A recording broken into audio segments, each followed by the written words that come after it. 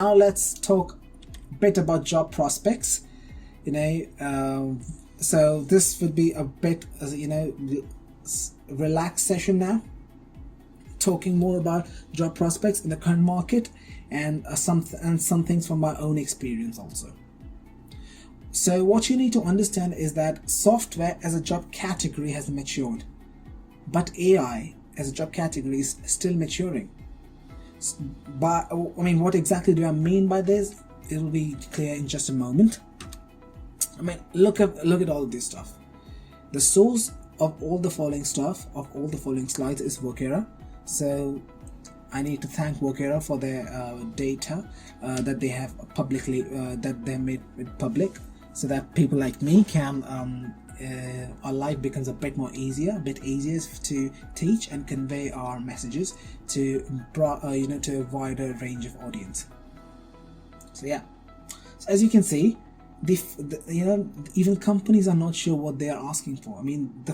There are a lot of fuzzy AI titles. Look at this: machine learning engineer, machine learning scientist, machine learning researcher, data scientist, data analyst, software engineer, and stuff like that, product analyst, so even companies are not sure. That's why I said AI as a job category is still maturing. The titles are not, different companies have different titles and different positions. So, that's why it's difficult for applicants, like new applicants, to identify the right job role. And for this reason, in the following slides, I will explain. I'll try to explain what different titles mean, although there are overlapping sections among different job titles, but I'll try my best to differentiate it as clear as possible. I know that for some applicants it is difficult to identify the job role, and it is difficult to actually sell out your resume and sell out your portfolio on LinkedIn. So for this reason, if you're transitioning to AI from any other background, what you need to do is you need to apply as AI plus X stuff.